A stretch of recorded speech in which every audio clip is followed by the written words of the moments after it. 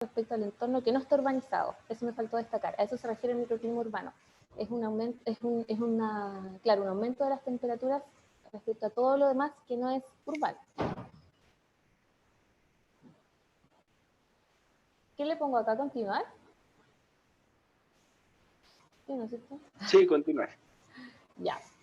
Dentro de estos microclimas urbanos tenemos los conceptos, como mencionó Alex por ahí, de islas de calor, que bueno, es como un concepto bastante analizado a nivel de temperatura y de las dinámicas que se generan en la ciudad. También lo que se provoca también con mayores edificaciones es una disminución de la amplitud térmica, ya que la ciudad varía menor, su temperatura varía menos, ya que se mantiene como el calor más ahí concentrado. Se genera también una distribución de los vientos bien particular debido a las edificaciones que van modificando por ahí las corrientes de vientos interiores de la ciudad, y también se genera un balance hídrico diferente al disminuir la superficie de infiltración. ¿Cómo podemos mitigar esto y principalmente lo que son las islas de calor? Bueno, a través de mayores áreas verdes y más arbolado urbano. Ahora, ¿qué pasa con el arbolado urbano? Con el arbolado urbano hay dos factores que son de particular relevancia y que fueron los que nos enfocamos en nuestra investigación, que por un lado es la salud del arbolado, ya que un deterioro en la salud del arbolado, o sea, mientras más enfermedades y plagas se presenten en el arbolado, va a generar un peor estado fitosanitario de este mismo, lo que a su vez va a provocar una disminución en este proceso evapotranspirativo que les comentaba antes, que es de al final no permitir este enfriamiento del entorno que nos proporciona el arbolado. Otro factor importante es la diversidad del arbolado, ya que poca diversidad o una menor diversidad del arbolado supone también un riesgo sanitario. ¿Por qué? Porque las enfermedades y los patógenos suelen ser especies específicos, que esto quiere decir que en el fondo si yo tengo ya que lo estamos viendo a nivel de manzana, una cuadra llena de plátanos orientales y se ve uno afectado por un patógeno, este patógeno especie específico que ataca solamente al plátano oriental, obviamente me va a afectar a la larga a todos los plátanos orientales que están en esa cuadra, digamos. A eso se refiere el concepto de especie específico que se vería, que vendría como a deteriorar en el fondo la salud del arbolado si tenemos menor diversidad. Entonces, lo que se plantea en esta investigación es que se puede suponer que en el fondo la diversidad del arbolado entraría entonces a afectar también la salud de este mismo, lo que a su vez provocaría un efecto en la temperatura de superficie, ya por esto que les comentaba del proceso de enfriamiento que generan los árboles. Por lo tanto, lo que se planteó fueron dos hipótesis, que es que a mayor diversidad del arbolado urbano existiría a la vez una menor temperatura de superficie, eso por un lado, y la otra hipótesis es que el estado de afectación biótica, es decir, la salud del árbol, se correlacionaría negativamente con la temperatura de superficie. O sea, se plantea que a medida que hay una peor salud del arbolado, existe un aumento en la temperatura de superficie. Entrando ya a lo que es metodología y área de estudio, bueno, el área de estudio corresponde a la comuna de Providencia en esta investigación, que se subdivide en 16 unidades vecinales. Ahora, ¿por qué es la comuna de Providencia? Bueno, eso se explica porque nuestra investigación utilizó los datos y la información que se obtuvo de otro estudio en el que también participó Alex, que se llama La vulnerabilidad ambiental del arbolado urbano, en el que se realizó un levantamiento georreferenciado de todos los árboles de la comuna de Providencia, ¿ya? Obteniendo acá una imagen más o menos ilustrativa a lo que se refiere, que en el fondo se obtuvo todos los árboles públicos a escala de manzana. Y por otro lado, estos datos fueron comparados o analizados con imágenes satelitales, que en el fondo corresponden a imágenes de temperatura de superficie, que acá es un concepto a lo mejor más técnico que espero se entienda bien, pero en este mapita, por ejemplo, se ve un montón de cuadraditos, que eso representan los píxeles de esta imagen, que cada píxel, su resolución espacial es de 90 metros. Es decir, las dimensiones del píxel de cada cuadradito abarcan una superficie de 90 por 90 metros. ¿Ya? Entonces la idea era contrastar bueno, por un lado los resultados de esta investigación con la temperatura de superficie para ver qué nos daba respecto a las hipótesis que planteamos. De los datos del estudio de vulnerabilidad, lo que se utilizó fue, bueno, el catastro que se realizó de especies arbóreas, que conllevaba una identificación de las coordenadas de cada árbol, su unidad vecinal, la especie, que es súper importante, la altura y el DAP, que es el diámetro de altura del pecho. Este catastro se hizo entre junio y septiembre de 2014, donde se catastraron al final 41.720 árboles, que son solamente árboles públicos, es decir, se dejaron fuera todos los árboles que estaban en las áreas verdes y en las propiedades privadas. En este estudio lo que se hizo fue construir un índice de vulnerabilidad del arbolado en base a 3 variables, que por un lado está el estado fitosanitario, la fase de crecimiento y el tipo de afectación biótica. Esto no voy a entrar mucho en detalle porque si no me tomaría mucho tiempo, pero básicamente estas fueron las variables que se consideraron en nuestro estudio para hacer los análisis respectivos. Ahora, ¿qué fue lo primero que se hizo? Fue ver qué pasaba a nivel de temperatura, identificando los patrones termales, en un periodo de estudio que comprende desde septiembre de 2013 a marzo de 2015.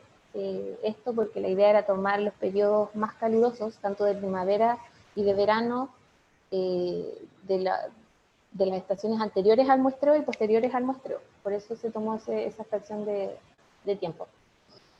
Del total de imágenes que estaban en esos periodos, se seleccionaron aquellas que estuvieran efectivamente en el área de estudio, que no tuvieran cobertura nubosa y que tampoco tuvieran errores de posicionamiento, que a veces pasa.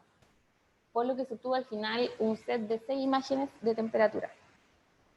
De estas imágenes, lo que se hizo fue sacar métricas estadísticas, como por ejemplo el máximo, la mediana, la desviación estándar, al conjunto de imágenes. Es decir, en el fondo se apilaban las 6 imágenes y como son 6, en el fondo se sacaba el promedio de esos 6 primeros píxeles, por ejemplo. Y se obtenía como un valor del periodo de tiempo completo que se analizó. Lo otro que se hizo fue sacar la intensidad térmica normalizada, esta variable se refiere a la variación que existe de temperatura dentro de la comuna de Providencia. Con el fin de que pudieran ser comparables las imágenes, se reescalaron a valores entre 0 y 1. Por eso a eso se refiere de normalizada en el fondo, para obtener valores entre 0 y 1 que fueran comparables entre las distintas imágenes. Después lo que se hizo también fue, bueno, ya teniendo el tema de la temperatura y los patrones termales ya listo, se pasó a la estimación de la diversidad, que para eso se usaron 6 índices de diversidad, 2 de riqueza y 4 que estaban referidos como a la especie dominante, y además se considera también la abundancia de especies, que es la cantidad de árboles o individuos presentes en cada píxel. ¿Qué se hizo con esto? Se analizaron o se calcularon a nivel de píxel, que es lo que les comentaba, este cuadradito de 90 por 90 metros, utilizando para ello una grilla de esas dimensiones, con el fin de que estas estimaciones de diversidad pudieran ser comparables con las imágenes de temperatura a esa escala de píxel de 90 por 90 metros. Ahí la imagen se ve más o menos para que tengan una idea de a qué se refiere esta grilla y cómo se ven los árboles al interior de cada grilla. ¿Cuál era el objetivo? Bueno, a partir de estos índices de diversidad, calculados por píxel, considerados también como las variables independientes, se analizó su correlación, o la idea era analizar su correlación con la temperatura de superficie, LST por sus siglas en inglés, para obtener finalmente una matriz de correlación, en que eso se la voy a mostrar más adelante en la parte de los resultados. Bueno, además, esta información se le aplicaron ciertos filtros con el fin de que trabajar con los píxeles más representativos del arbolado urbano. El primer filtro que se utilizó fue el de áreas verdes, que en el fondo se quitaron todas las áreas verdes porque en el estudio de vulnerabilidad de Alex y colaboradores las áreas verdes no fueron consideradas dentro del catastro. Entonces, en este caso tampoco las íbamos a considerar. Se consideró también quitar, una vez ya quitando las áreas verdes, quitar todo lo demás que no era arbolado urbano. Por ejemplo, algunas zonas donde hubiera solamente edificios, mucha edificación, que en el fondo no correspondía a arbolado urbano. Para eso lo que se ocupó fue, bueno, en base a un estudio que desarrolló Gallardo y colaboradores en el año 2018, ellos realizaron un filtro de cobertura, que en el fondo hicieron una clasificación de cobertura para todo el área metropolitana de Santiago, esto igual muy relacionado con las imágenes satelitales y todo eso, y hicieron la clasificación a una resolución de 30 metros, o sea, píxeles de 30 por 30 metros, y dentro de esas clasificaciones identificaron una como vegetación manejada, que se traduce en lo que a nosotros nos interesa, que es el arbolado urbano. Entonces, lo que se hizo fue utilizar esa vegetación manejada que corresponde al arbolado urbano y remuestrarla o rescalarla a píxeles de 90 por 90 metros para poder utilizarla en nuestra comparación con las imágenes de temperatura. Todo esto se hizo con un programa, a todo esto estadístico, que no voy a entrar en detalles, pero se puede hacer. Y el otro filtro fue la cantidad de individuos, que en el fondo la idea era quedarse con los píxeles o con las muestras que tuvieran la mayor cantidad de individuos de árboles dentro. Lo que se usó fue considerar una abundancia mayor o igual a del tercer cuartil. ¿A qué se refiere eso? Estadísticamente, si yo ordeno mis píxeles de los que tienen menor cantidad de árboles a los que tienen mayor cantidad de árboles, y ese orden o esa muestra yo la divido en 4, el último cuarto corresponde al tercer cuartil, que se refiere más que nada a las muestras o los píxeles que tienen la mayor cantidad de árboles dentro de todos los píxeles analizados. Entonces, con esos filtros, lo que se obtuvo al final fue, del total de píxeles que teníamos, se fue reduciendo esta cantidad hasta llegar a un final de 13 píxeles o 13 muestras, que son las que se ven ahí, para que tengan igual una idea de qué es lo que se ve cuando me refiero a píxeles y muestras. Esos son los árboles en el fondo que se analizaron. Ahora, en cuanto a la vulnerabilidad y este estudio que se realizó, lo primero que hicimos para poder analizarlo con la temperatura fue calcular lo mismo, todas estas variables de índice de vulnerabilidad, fase de crecimiento, estado fitosanitario, estado de aceptación biótica medio, DAP, que es el diámetro de altura del techo, y la altura de cada árbol, sacar un valor promedio por cada píxel. Entonces, para eso lo que se utilizó fue de nuevo una grilla de 90 por 90 metros que nos permitiera obtener un valor por cada píxel y así compararlo con las temperaturas. Se le aplicaron también los filtros antes que mencioné y se analizó su correlación después con la temperatura de superficie para obtener finalmente una matriz de correlación. Y ahora pasando a los resultados de esta investigación, en lo que se refiere a identificación de patrones termales, se obtuvo más o menos eso que se ve ahí. Y acá tenemos algunas métricas que son la temperatura máxima, mínima, mediana y el rango intercuartil, en donde, bueno, ¿qué es lo que se ve? Se ven zonas más cálidas, que son básicamente esas las que se muestran en esos circulitos, que son las unidades vecinales número 2, 6, la 11, la 13, la 14, la 15 y la 16. O sea, se ve como una zona más cálida hacia el sector suroeste de la comuna. Destaca acá la unidad vecinal número 11, ya que si se fijan, en el primer gráfico, en el número A, que se refiere a las temperaturas máximas, ahí es donde mejor se ve esto, pero existe un puntito rojo súper fuerte que se refiere a que ahí existe mayor temperatura de superficie. ¿Y con qué se relaciona esto? Bueno, porque ahí se encuentra el sector del Costanera Center, que como sabemos tiene bastante, bueno, congestión vehicular, densidad, y tiene un volumen de edificios mayor. Hay que considerar, por lo tanto, que se ha demostrado que mientras mayor sea el área pavimentada, mayor va a ser el calor que se genera. En cuanto a zonas frías, lo que se observó fue el efecto que tienen los cuerpos de agua. Por ejemplo, ahí se observa claramente por dónde pasa el río Mapocho, ahí arriba, abajo de las unidades vecinales 3 y 12. Y también el efecto que generan las áreas verdes de mayor extensión. En este caso se traduce en las zonas más azulitas que se ven del Parque Bustamante, en la unidad vecinal número 14, está ahí al oeste, y el parque y la plaza Inés de Suárez en la unidad vecinal número 7. Entonces, ahí queda, por lo tanto, tiene sentido con las investigaciones que se han hecho al respecto en cuanto al efecto de los cuerpos de agua y las áreas verdes en la generación de zonas frías. Ya, ahora pasando a los resultados que se obtuvieron de diversidad, primero destacar que del catastro levantado en este estudio de vulnerabilidad, nosotros utilizamos 38.309 individuos, ¿ya? Que corresponden a 51 familias y a 145 especies arbóreas. Acá hay unos numeritos, más que nada lo que quieren decir es que del total de individuos analizados, el 98,5% corresponde a especies exóticas y solamente el 1,4% corresponde a especies nativas, ¿ya? Donde existen 3 especies dominantes, en este caso que serían Robinia pseudoacacia, Platanus orientalis y Acer negundo, que entre los 3 conforman el 52,3% del total de los individuos analizados. O sea, hay una fuerte tendencia ahí de las especies exóticas por sobre las nativas y de 3 especies dominantes en particular.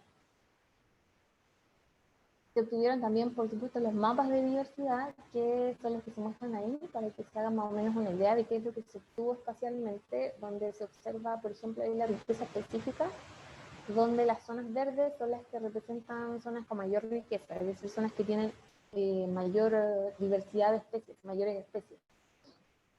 Y si se fijan en la unidad vecinal número 12, ahí hay está particularmente más verde, o sea, quiere decir que tiene más riqueza, y es porque esa parte corresponde como al inicio del Parque Metropolitano de Santiago, entonces se entiende que tenga también una mayor riqueza de especies. Ahora al dato ya más bruto y estadístico que se obtuvo de este análisis de diversidad con los patrones termales, lo que se hizo fue, bueno, esta matriz de correlación que se ve un poco compleja, pero se las paso a explicar. En el fondo, acá lo que nos interesa son bueno, en la diagonal se muestran las variables, ¿ya? Que en este caso tenemos las intensidades térmicas normalizadas, después de esta intensidad que él comentaba para cada imagen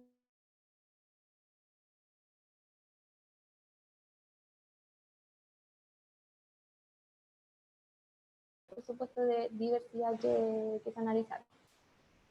Los números corresponden al coeficiente de correlación, donde los de color azul representan correlaciones positivas y los de color rojo las correlaciones negativas. A medida que se intensifica el color, quiere decir que la correlación es más fuerte. La parte de arriba, que son los circulitos con las X, eso ya se refiere como a qué tan significativa es la correlación. Es un concepto estadístico que en el fondo se refiere a qué tan creíble es esa correlación, ese número o esa correlación que se está mostrando. ¿Qué es lo que se observó? Se observó que existía una alta correlación o una mayor correlación entre la riqueza, el índice de Shannon, el índice de Simpson y el índice de equidad, si no me equivoco, con las variables de variables métricas mínima y mediana de temperatura.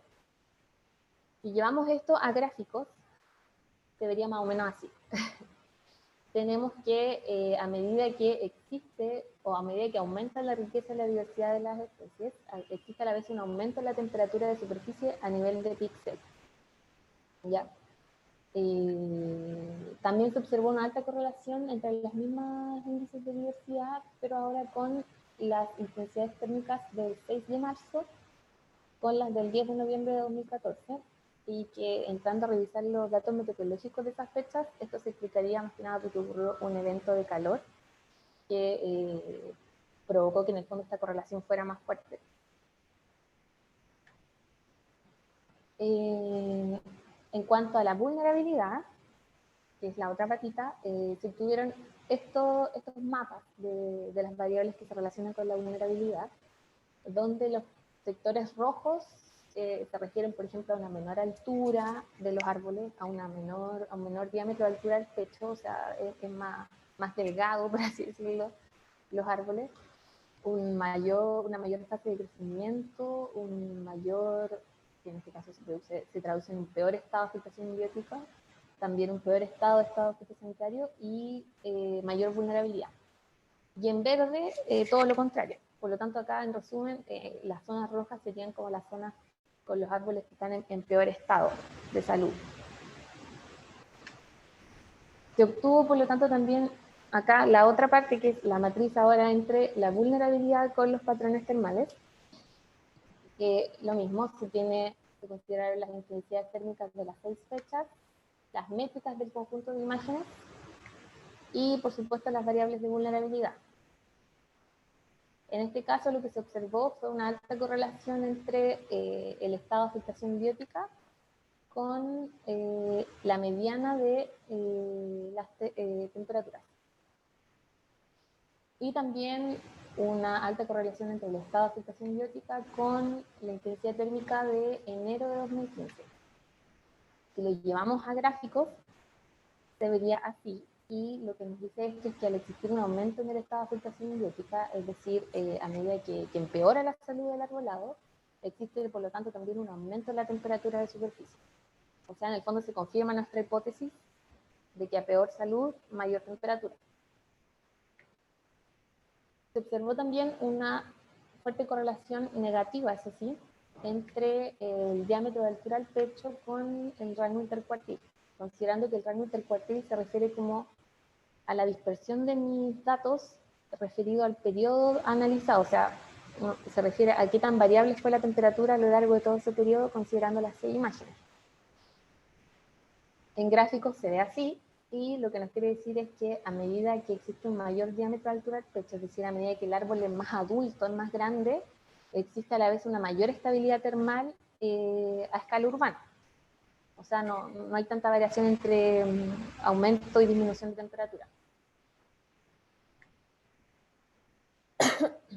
Ahora, recapitulando los resultados, para hacer un resumen, de las dos hipótesis, sobre la primera, sobre la diversidad, se obtuvo que a mayor diversidad existe una mayor temperatura, lo cual no es el resultado que nosotros esperábamos. Nosotros decíamos que a mayor diversidad existía, por lo tanto, también una menor temperatura, pero a pesar de que este resultado no fue lo que esperábamos, igual hay que tener consideración con ese 52% de especies que corresponden a solamente 3 árboles, y que podrían ahí haber sesgado un poco nuestros índices de diversidad, y también considerar a lo mejor la escala o la resolución a la que se hizo, quizás a lo mejor ahondar a una precisión mucho más acabada o ir más al detalle sobre cómo se relaciona la diversidad con la temperatura. Por lo tanto, eso es aún discutible. Y en el otro resultado de nuestra otra hipótesis es que aquí efectivamente se corroboró lo que nosotros planteábamos, que individuos con un estado de afectación biótica desfavorable generan, por lo tanto, un aumento en la temperatura de superficie. Siendo, por lo tanto, esta nuestra como variable preponderante al momento de analizar la temperatura de superficie con el arbolado, ya que hay que considerar también que existen otros factores, como por ejemplo la contaminación atmosférica, que bueno, se ha demostrado que el material particulado afecta el funcionamiento biológico de los árboles, que se refiere más que nada al proceso evapotranspirativo, o sea, a esta capacidad de generar o de enfriar el ambiente, y que podría estar también relacionado con estos resultados que obtuvimos. En el fondo, este resultado o esta segunda hipótesis que se comprobó y que es la más preponderante, podría verse potenciada también por el efecto de la contaminación, que es muy alta en Santiago. Lo cual nos lleva a considerar también la capacidad de cada especie para resistir las condiciones ambientales desfavorables. Y entrando en ese tema, ya como para analizar y no omitir este tema que es igual relevante sobre la comparación entre nativas y exóticas. ¿Qué es lo que obtuvimos? Es que de nuestras 13 muestras, nuestros 13 píxeles, hay un total de 622 árboles, de los cuales tan solo 9 corresponden a individuos nativos. O sea, muy poco. Ahí se queda claro la preponderancia que tienen las especies exóticas por sobre las nativas y la gran desigualdad que existe entre una y otra. Por lo cual aquí sería recomendable quizás ahora ponerse o enfocar la investigación a ver qué es lo que pasa también entre las especies nativas y exóticas y su relación con el aumento o la disminución de la temperatura de superficie. Que se relaciona con lo otro que falta todavía, como que no fue concluyente en nuestra investigación en el tema de la diversidad. Por lo tanto, muy resumidamente, en nuestras conclusiones, lo que les plantea, se requiere de una quizás mayor resolución espacial para poder concluir posibles beneficios del incremento de la diversidad de árboles a escala comunal. También ahí entraría quizás el análisis nativa versus exótica. Lo otro que pudimos concluir, menos mal, es que el aumento de la temperatura de superficie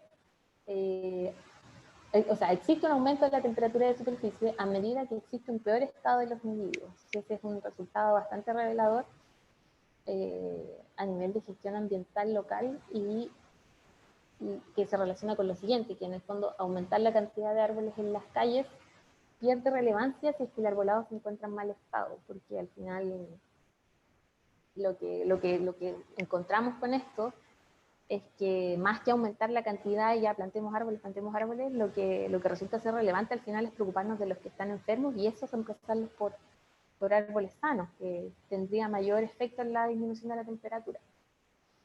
Y por otro lado, destacar que las especies exóticas no están contribuyendo a disminuir la vulnerabilidad del arbolado al ataque de enfermedades y plagas, por lo cual ahí habría que ver qué es lo que pasa con las nativas en ese tema, que es algo que hay que explorar. Y eso, muchas gracias. Espero se haya entendido un poco con el tiempo que tuve. Bien, gracias Javiera. Sin duda hay varios temas que son técnicos, que a veces quizás los arquitectos nos parecen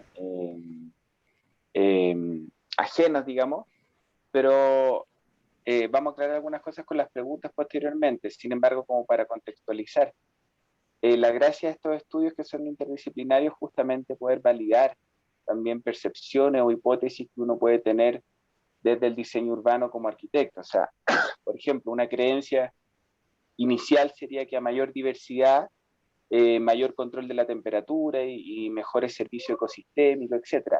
Pero a través del estudio demostramos que si bien en teoría esa es la lógica, en la práctica depende de otros factores, como de manera muy fuerte la calidad de la salud del arbolado urbano, que termina siendo determinante, y también de la diversidad o de la cantidad de especies, según el comportamiento al clima local, etc. Entonces, eso para también, de alguna forma, ponernos en alerta, que no basta con simplemente poner árboles dentro de un proyecto o simplemente decir que hay que diversificar la especie o la cantidad de arbolado. Si bien eso es correcto, también es necesario tener una mirada más detallada y para eso tenemos que asociarnos sin duda, creo, y eso creo que muchos lo compartimos, con otros profesionales de otras áreas como recurseros naturales, ingenieros forestales, etcétera, que nos permitan diseñar la ciudad de manera conjunta. Y eso es algo que muchas veces se nos olvida, o algunos arquitectos a veces como que pasamos por alto, ¿no? También antes de pasar la palabra a Rosa Chandía para que nos exponga, y una vez que nos exponga hacemos las preguntas en la totalidad en el conversatorio, una pequeña consulta, Javiera, que salió en el chat, que es sobre si es determinante o cómo afecta la edad del arbolado en relación a su temperatura, si hay alguna discriminación ahí en cuanto a si es muy pequeño, si su fase de crecimiento es muy inicial o si es un arbusto en comparación a si es un árbol ya maduro. ¿Hay alguna relación o alguna importancia relevante ahí en cuanto a su comportamiento térmico?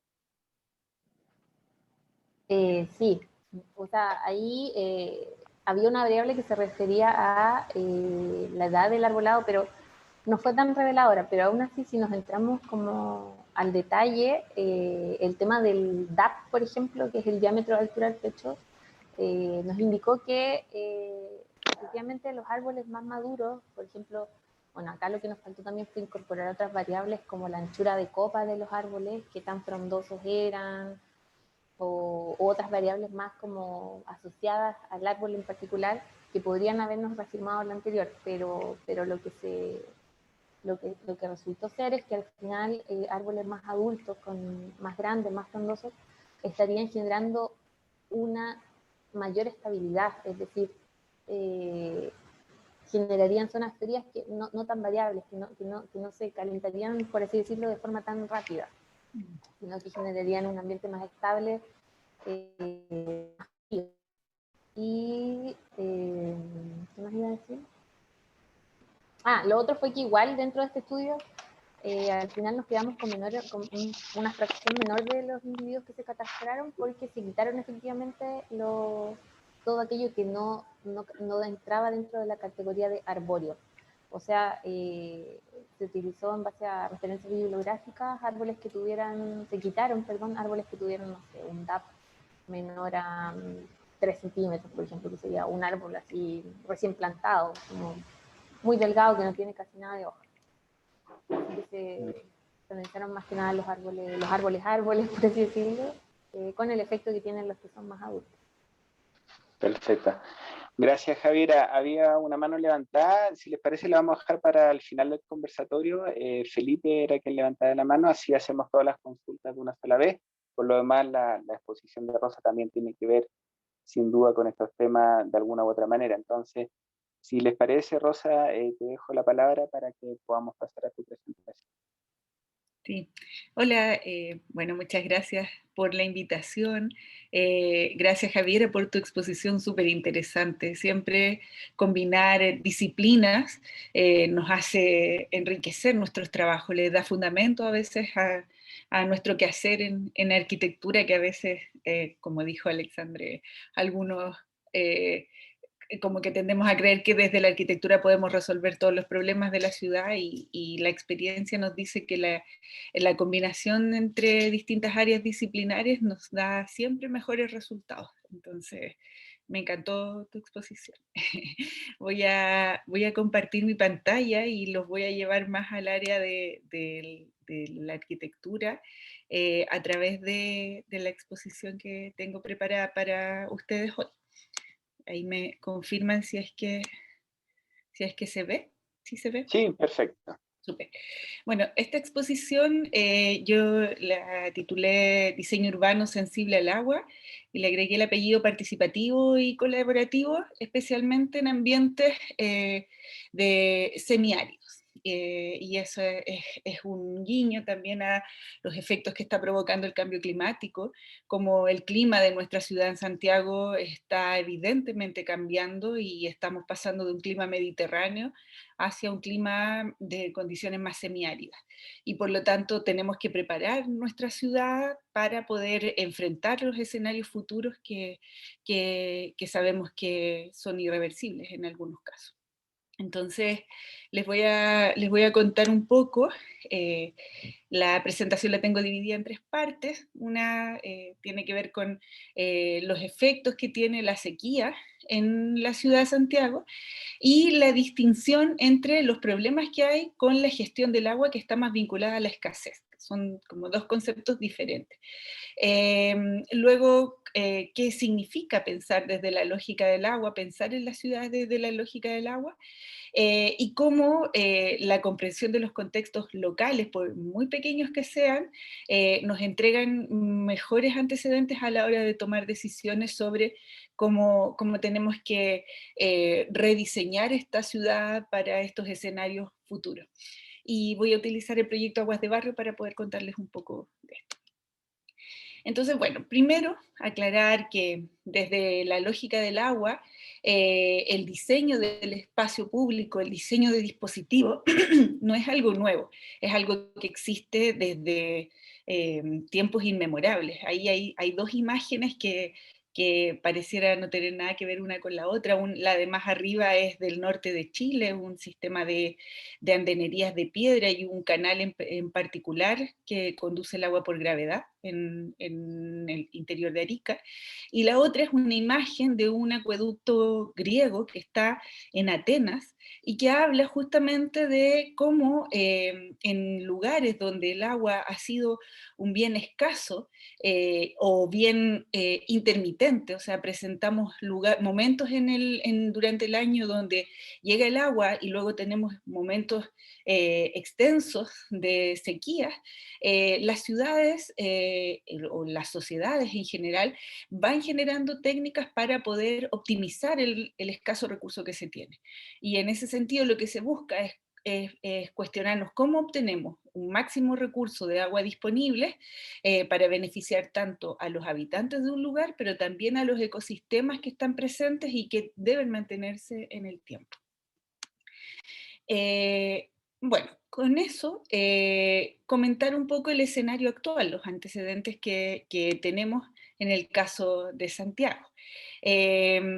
Primero comentar esto, es un dato no menor, hay una leyenda en los Tuareg, en el desierto del Sahara incluso, que habla de cómo se entiende el desierto como un gigante que tiene una vida propia, y que las comunidades, las sociedades en general lo que hacen es generar estrategias para lidiar con este desierto que siempre quiere avanzar, y a través de las estrategias de diseño espacial se generan dinámicas que un poco frenan o revierten este avance del desierto, y en el caso nuestro desde el norte hacia el sur de Chile. Los antecedentes estadísticos nos dicen que obviamente estamos enfrentando un episodio incierto, se habla de una mega sequía que partió aproximadamente en el 2010, si miran estos datos, el color anaranjado representa un año seco, el color gris año normal y el color verde un año lluvioso. Si se ve desde 1866 hasta el 2016, aquí donde está esta marca, se ve una predominancia de años secos. Si nos vamos a los datos del 2019 y 2020, tampoco ha cambiado el escenario. Si vemos ahora cómo está la situación en el 2021, está incluso peor que en el año anterior. Entonces, bueno, y ocurre esto, y en contraste vienen episodios puntuales de intensas lluvias que provocan enormes problemas. Y esa imagen es una imagen de Providencia del 2016, cuando se desbordó el río Mapocho por una intensa lluvia, también por un problema de gestión ahí que era interesante de abordar como un área. En el fondo ahí había un problema porque se estaba entendiendo el río desde la ingeniería solamente y no se estaban entendiendo las medidas de mitigación más vinculadas con la naturaleza. Entonces, la consecuencia fue este desborde que generó un conflicto socioambiental muy importante en todo el sector de Providencia en esa época. Entonces tenemos este escenario, y por otra parte tenemos las decisiones de ciudad. Tenemos una muy mala gestión hídrica, entendemos el agua, lluvia, como un problema que debemos evacuar de la ciudad, que tenemos que sacar, evidenciando los antecedentes de una ciudad de otra época, donde efectivamente el agua lluvia era abundante, y por lo tanto es vista habitualmente como un problema. Entonces las calles son impermeabilizadas, los equipos técnicos que toman decisiones a la hora de definir el espacio público tienden a priorizar otros criterios por sobre los criterios ambientales. Entonces uno empieza a observar la ciudad y empieza a encontrar algunos sinsentidos, como el de la imagen de arriba a la izquierda, esta que se ve acá, que es muy evidente cómo cae muy poca agua lluvia, el agua se acumula en una vereda, hay una solera, y luego está el pasto aquí que está frenando algo que debería ser lógico, que en el fondo esa agua, que es un recurso valioso, sobre todo en el contexto de sequía en el que estamos, va a tender a evaporarse, no va a drenar hacia el agua donde debería permear, y bueno, y en grandes escalas se producen inundaciones, el agua lluvia rápidamente se contamina porque no es filtrada correctamente, y bueno,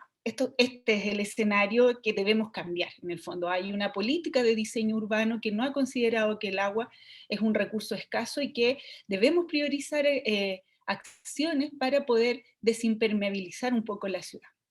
El mapa que se muestra a la izquierda es parte de un análisis que hicimos en el centro de Santiago. Aquí arriba está la Alameda, en el extremo izquierdo está el Parque O'Higgins, un poco para que se ubiquen espacialmente. Está la norte-sur a la izquierda también. Hicimos un mapeo de algunos antiguos canales de riego que hay en ese sector e hicimos también algunos contrastes con zonas, puntos de inundación en ese sector de Santiago. En la mayoría de los casos había una correlación entre la zona donde se producen microfocos de inundación cuando viene la lluvia y la existencia en el pasado de algún hilo de agua, de algún canal de riego de ese pasado agrícola que tiene la ciudad. Entonces, bueno, eso uno puede cuestionarse ahí por qué puede pasar esto y probablemente tiene que ver con la geografía del lugar, pero también pueden ocurrir otras condiciones. Entonces, bueno, con ese escenario tenemos un ambiente extremadamente seco, con tendencia a la escasez hídrica por una mala gestión del agua, entonces hace algunos años ha ido incentivándose esto de empezar a pensar en las ciudades desde la lógica del agua. Porque si lo hacemos de esta manera, generamos un conjunto de recursos que nos van a dar ciertos niveles de gobernanza incluso, para poder hacer las ciudades más resilientes frente al cambio climático. Y ahí, por ejemplo, la Ciudad de México, específicamente la localidad de Hermosillo, ha tenido muchos avances sobre pensar en esto del valor que tienen las ciudades sensibles al agua. Y ellos han desarrollado este diagrama un poco que muestra cómo vamos pasando desde lo esencial, que es suministrar el agua a la ciudad, desde un problema, cómo drenamos el agua, cómo se generan los desagües en la ciudad, cómo se conduce el agua, a unas dinámicas que sí consideran los límites que tienen los recursos naturales y cómo el cierre del ciclo del agua dentro de la ciudad nos va a contribuir a mejorar las fuentes de conservación, a mejorar la diversidad y nos va a entregar recursos que nos van a permitir estructuras multifuncionales, un diseño integrado, y en ese sentido ya no hablamos solamente del agua, sino que hablamos de un poco lo que dice el título de esta presentación, de soluciones basadas en la naturaleza, entendiendo que el agua y la lógica del agua es una solución basada en la naturaleza. O sea, si la logramos entender, logramos hacer una ciudad que tiene un enfoque mucho más sensible. Algunas claves que de la experiencia he ido acumulando como para poder decir, bueno, a ver, en qué nos tenemos que fijar cuando estamos pensando en este diseño urbano sensible. Primero, entender que desde la lógica natural, el agua se mueve por acción gravitacional, y eso, aunque parezca evidente, no siempre lo es. Entonces, si nosotros entendemos el diseño desde que el agua siempre baja, entonces vamos a tener ahí algunas claves que son muy importantes.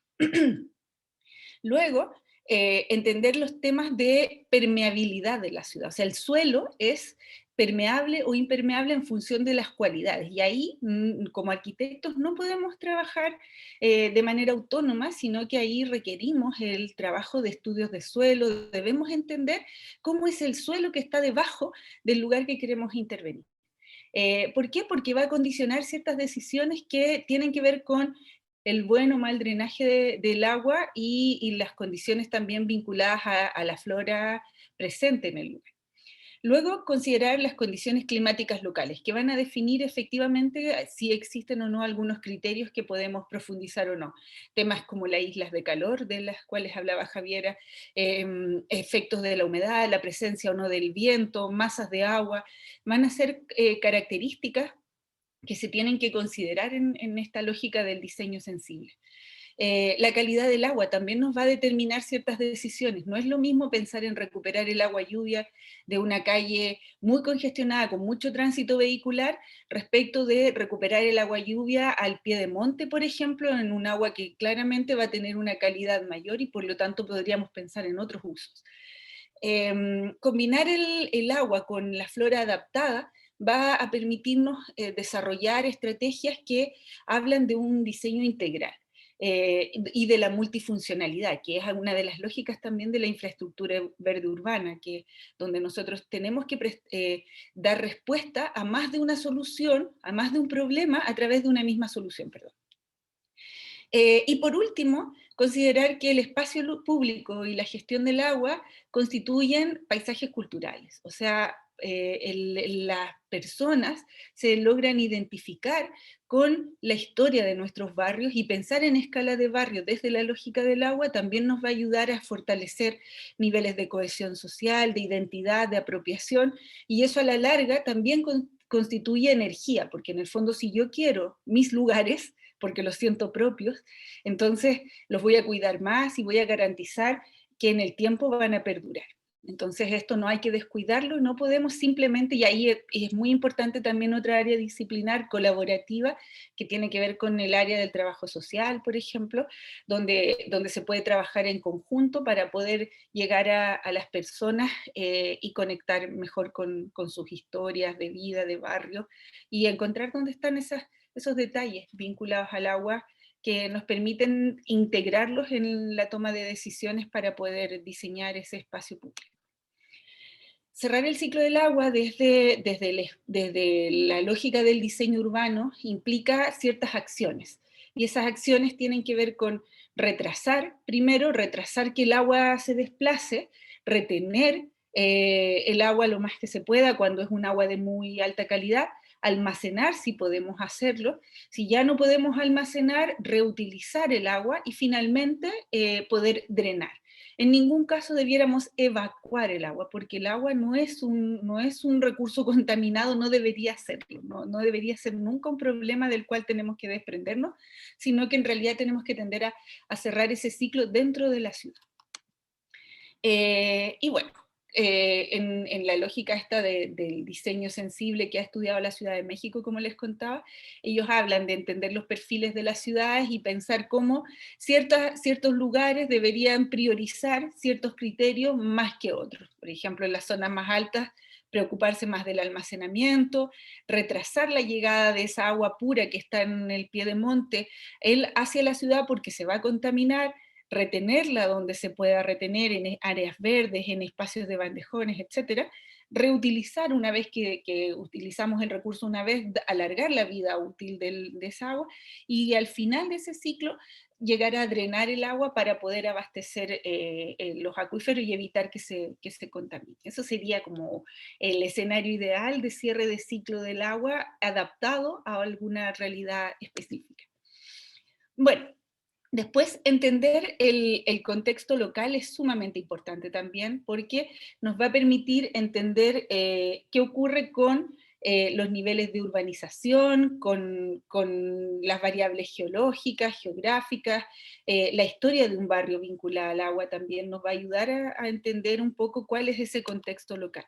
Y ahí, en el caso de la ciudad de Santiago, el contexto local básico que deberíamos entender es cómo es nuestro territorio. Y en ese sentido, dejar de hablar de la ciudad de Santiago como tal, sino que más bien de la cuenca hidrográfica que nos abastece, donde está contenida la ciudad. Y ahí empezar a entender primero las alturas de los cerros, entender nuestro relieve y las posibilidades que tienen esas diferencias de relieve, sobre todo pensando que el agua baja por acción gravitacional. Este es parte de un análisis que estuvimos haciendo hace unos años para poder representar a los vecinos con los que estábamos trabajando en ese momento sobre la importancia que tenía tener esa capacidad de reconocer nuestro territorio y su relieve.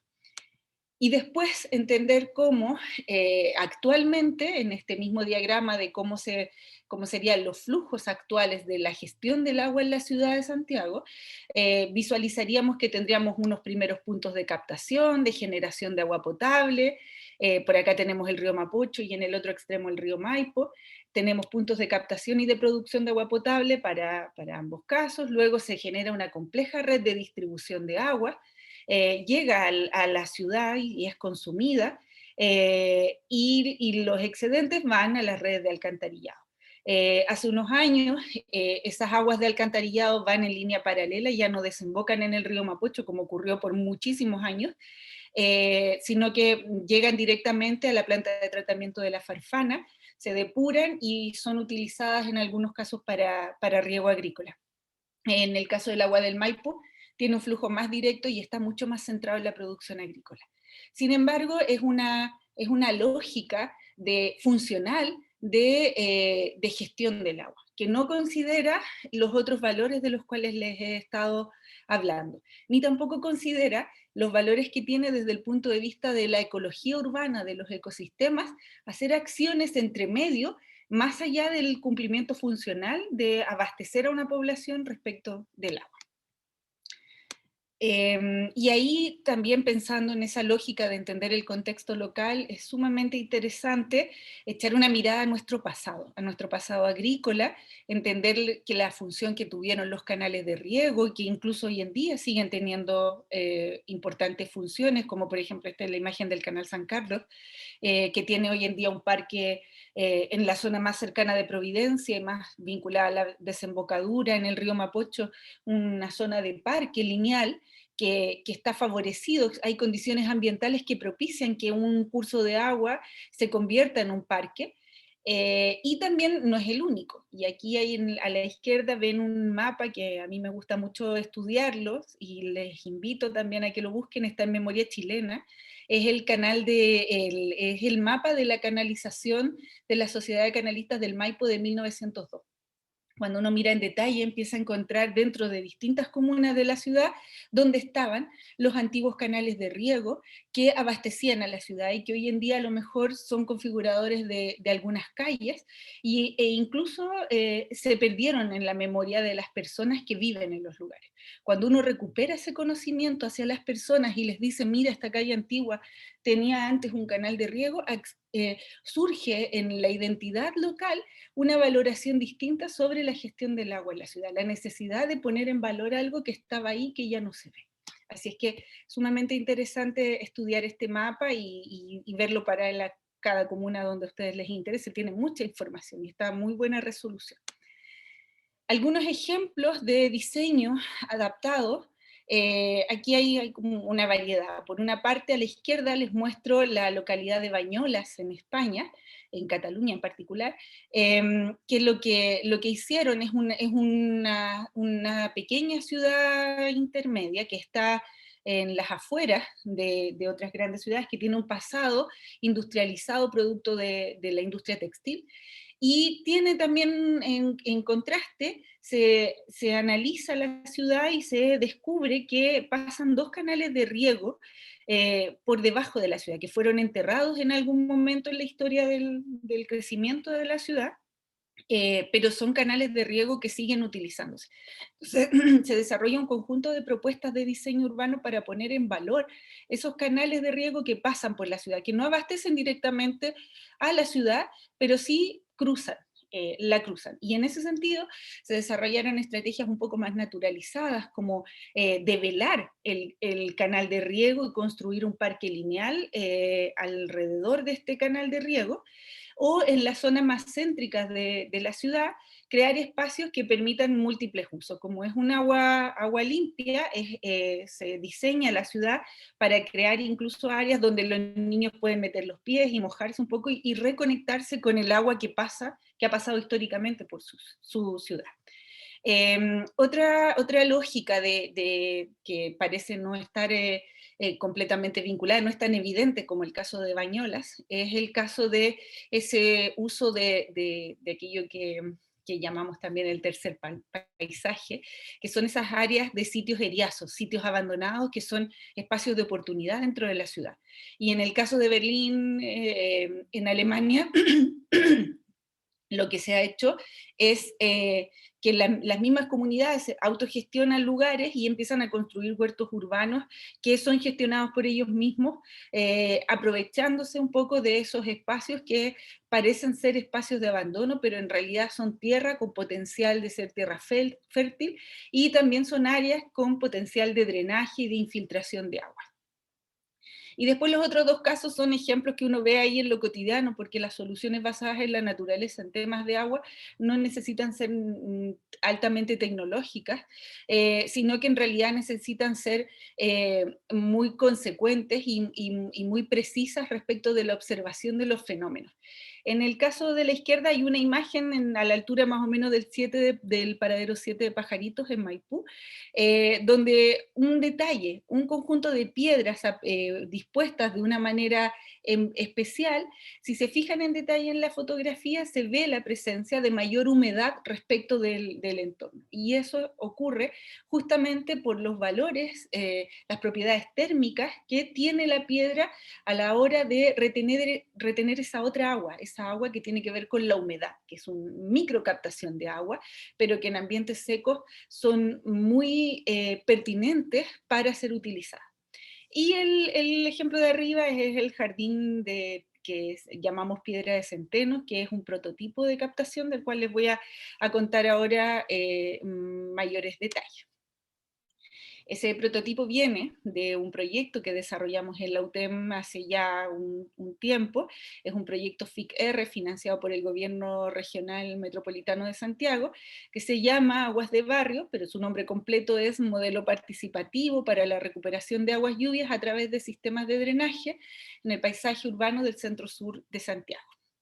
Entonces, fue un proyecto que se planteó justamente todo esto que les he estado comentando, cómo tenemos los problemas de la ciudad respecto de la sequía y cómo tenemos una muy mala gestión del agua en términos de infraestructura, y al mismo tiempo hemos hecho que los ciudadanos, las ciudadanas, se desconecten de las lógicas naturales de su territorio. Entonces existe esa necesidad múltiple de trabajar de manera participativa con las comunidades y colaborativa entre instituciones, entre distintas disciplinas, para poder tener una mirada integral sobre cómo deberíamos diseñar los espacios públicos de Santiago tendientes a recuperar aguas lluvias. Y aquí algunas imágenes de el proceso ya terminado, cuando construimos el prototipo, que es una plazoleta de 60 metros cuadrados, que está ubicada en la calle Centeno, entre Coquimbo y Aconcagua. Pueden pasar a verla en el centro de Santiago si un día están por ahí. Y consistió en un conjunto de estrategias que fueron consensuadas con los vecinos del lugar y donde ellos también participaron en todo el proceso de plantación. Se trabajó con algunas estrategias de diseño que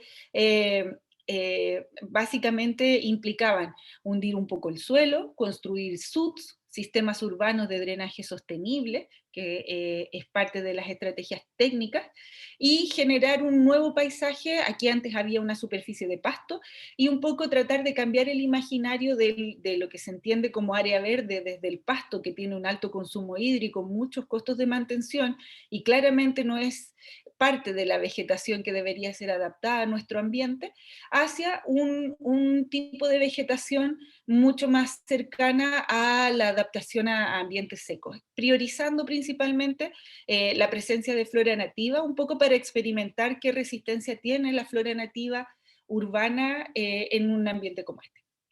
Se desarrollaron dos espacios, el de la izquierda de abajo es la plazoleta que les cuento, que se llama Piedras de Centeno, que está muy diseñada, que fue parte de un concurso con ideas de estudiantes de arquitectura de la UTEM. Hicimos un workshop donde hicimos trabajar a estudiantes con los vecinos para que salieran las mejores ideas, y los vecinos decidieron que este era el proyecto que se iba a construir, y en paralelo, en la parte de arriba, en el centro, hicimos un proyecto complementario, que es más bien autogestionado desde los vecinos, donde nosotros les prestamos apoyo técnico, y básicamente construimos una zanja de infiltración y plantamos vegetación nativa principalmente en ese lugar. En la izquierda se ve uno de los SUTs, que es una solución técnica que tiene que ver con, esta es una zanja de infiltración más un pozo de infiltración, que es el dispositivo que queda oculto en la plaza. Está ahí esa es la marca que dice que debajo de esto está todo este elemento, que básicamente es el dispositivo que busca recuperar el agua lluvia en los pocos momentos en que llueve en Santiago. Lo dejamos ahí como una marca porque los vecinos también saben que eso es lo que ocurre. Bueno, ¿Qué pasó con esto? Hicimos un proceso, hay un cuestionamiento en el ámbito del conocimiento que es interesante comentar. Por una parte, visualizamos que estamos frente a una crisis ambiental, pero Enrique Leff, un autor muy interesante, comenta que en realidad la crisis es una crisis de conocimiento, porque necesitamos generar nuevas significaciones sobre los aspectos éticos, teóricos y estratégicos que tienen que ver básicamente con la construcción social de la sustentabilidad. Y eso implica entender cuáles son los límites, las leyes mínimas que tiene la naturaleza, cuáles son las condiciones ecológicas que propician la vida humana, y en ese sentido es un cuestionamiento al proceso de formación del arquitecto, cómo debe ampliarse para poder entender una forma de pensar que incluya prácticas transdisciplinares, ingeniería. En el caso nuestro hemos trabajado con ingenieros hidráulicos, con ingenieros en construcción, con trabajadores sociales y además con arquitectos para crear un pack que sea más integrado para poder acercarnos más a las soluciones vinculadas a las personas. Eso también requiere colaboración con escuelas, con instituciones, para poder armar este cuerpo de conocimientos que es más amplio respecto de este nuevo paradigma, de cómo nos formamos, cómo somos arquitectos en el futuro, pero con este nuevo escenario que no es el mismo escenario de hace 50 o 60 años atrás. Hicimos todo un trabajo participativo para poder llegar, voy a volver un poco atrás, para llegar a este resultado que parece como ser algo que fue muy práctico. En realidad hubo un proceso previo muy extenso que duró desde más o menos septiembre del 2018 hasta marzo del 2020 más o menos. Fue el periodo de tiempo en que se hizo un conjunto de talleres, primero para informar a la comunidad, invitarlos a ser parte. Luego se hicieron cursos de capacitación sobre estrategias de gestión sustentable para la gestión del agua en la ciudad.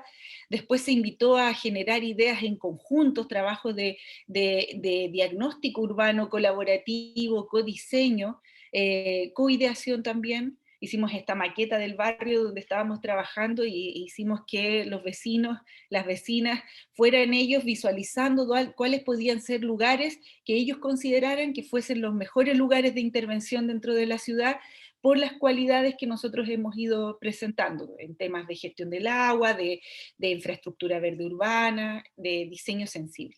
Una vez que convocamos estudiantes de arquitectura para generar este concurso de arquitectura para sacar las mejores ideas posibles, salieron como 20 ideas de proyectos, los vecinos validaron y eligieron alguna y finalmente construimos los prototipos y se los entregamos a la comunidad a través de las jornadas de plantación y de participación que se hicieron en terreno.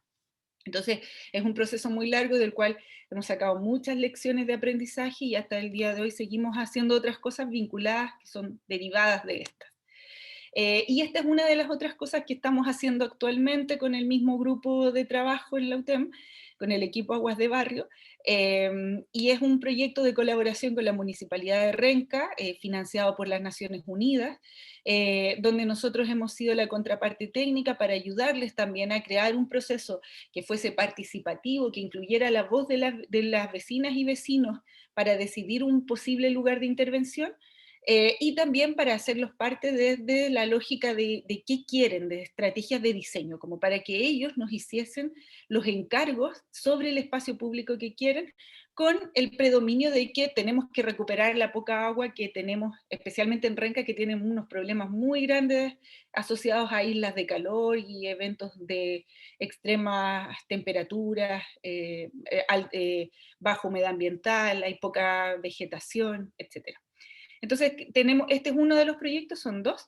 Este proyecto se llama Sendero Vergara, es una pequeña plazoleta que va a utilizar una platabanda, tiene aproximadamente 30 metros cuadrados y tiene estrategias de recuperación de agua, principalmente entendidas como un sistema. Desde la lógica de la gravedad, de la acción de la gravedad del agua, se crea un sistema de captación de agua, de acumulación, de distribución y finalmente de infiltración, en una pequeña escala, y es muy útil. Y en paralelo se incentiva el uso de flora nativa y de flora también adaptada a ambientes muy resistentes a las sequías para poder crear este nuevo paisaje con nuevos colores más allá del verde del pasto, que es lo que nuestro imaginario nos dice que debiera ser un área verde.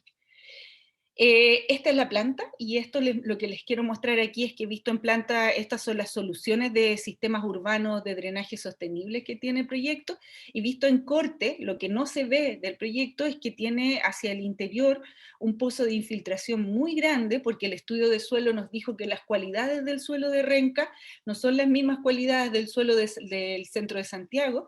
Entonces tenemos que proyectar un pozo de infiltración que tiene unos 3 metros de profundidad más o menos para poder llegar a la zona más drenante del suelo y que la infiltración del agua sea efectiva.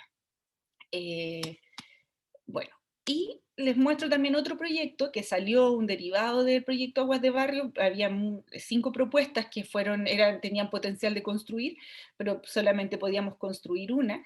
Sin embargo, este era otro proyecto que no construimos. Sin embargo, la Municipalidad de Santiago aceptó el desafío y está en proceso, lo está licitando para construirlo.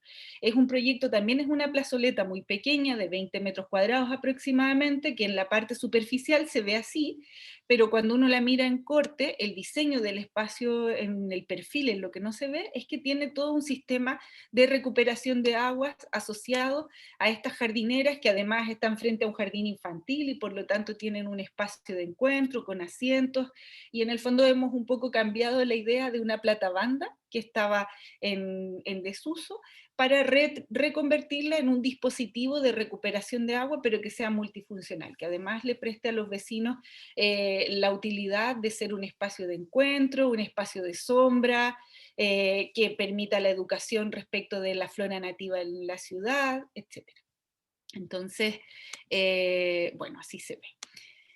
Un poco para concluir, decirles que las lecciones que hemos ido sacando con el grupo de trabajo que tenemos en la UTEM es que cada lugar tiene su propia particularidad, y que en ese sentido nosotros tenemos que ser, como responsables de ese diseño, tenemos que ser lo suficientemente receptivos para poder escuchar todas las voces, tanto las voces de los organismos técnicos responsables de los espacios públicos, entiéndase SECPLAN de las municipalidades, los equipos que gestionan las áreas verdes en las distintas municipalidades, la interdisciplina, muy importante, respaldar nuestros diseños con estudios técnicos que den soporte. Nosotros nos equivocamos con por ejemplo, sin el conocimiento suficiente, plantamos una primera etapa de vegetación que no resultó, y luego tuvimos que incorporar a una ecóloga para poder generar la mejor asistencia, y que en una segunda etapa de plantación la vegetación efectivamente cumpliera el rol que nosotros creíamos. Entonces, lecciones para arquitectas y arquitectos, no podemos resolver todo solos. Y luego las lógicas del agua, tal como les dije, el clima, la temperatura, el nivel de evapotranspiración de las plantas, el nivel de pavimentación, qué tanto efecto tiene el cemento en la ciudad para incrementar la temperatura. Son cualidades específicas que nosotros debemos considerar. Y algo no menor también es el costo. Hay proyectos que se pueden hacer con un monto elevado, y hay otros que tenemos que poder dar respuesta a una comunidad con muy bajo presupuesto. Entonces ahí están nuestros desafíos para poder enfrentar este diseño más sensible al agua e integrar soluciones basadas en la naturaleza. Bueno, sin más que decirles, las invito, si quieren conocer más del proyecto Aguas de Barrio, tenemos una página web, se llama www.aguasdebarrio.cl, donde ahí hemos ido subiendo, hay mucha información que les va a permitir conocer más en detalle todo lo que hemos ido haciendo con esto. Así es que, bueno, dejo de compartir. Excelente, muchas gracias, Rosa, tremendamente ilustrativo. Vamos a empezar con la sesión de preguntas. Simplemente recalcar que, claro, hay algo bien relevante en lo que plantea Rosa, que la materialización de un proyecto necesita también un buen proceso de diagnóstico y de codiseño finalmente, que muchas veces puede ser la clave para que finalmente el resultado se prolongue en el tiempo, y que más encima, sin duda, esté vinculado y tenga una apropiación por parte de la comunidad o los actores que estén relacionados a ese territorio en particular, ¿no? Yo creo que ahí hay un mensaje bien claro y bien visible, digamos, a través de los proyectos que tú estás mostrando, y creo que hay que rescatarlo, ¿no? Y destacarlo. Así que, bueno, de manera informativa está todo grabado. Se me olvidó preguntarle antes a Javier y Rosa si no hay inconveniente con ello. Ya, perfecto, le agradezco. Entonces, va a quedar grabada la sesión. Seguramente después la vamos a difundir en nuestras redes sociales también. Si les parece, por favor, si pueden dejar sus preguntas en el chat de preferencia, podemos dar también alguna pregunta a viva voz, digamos, pero para poder ordenar un poco las consultas. Hay una primera.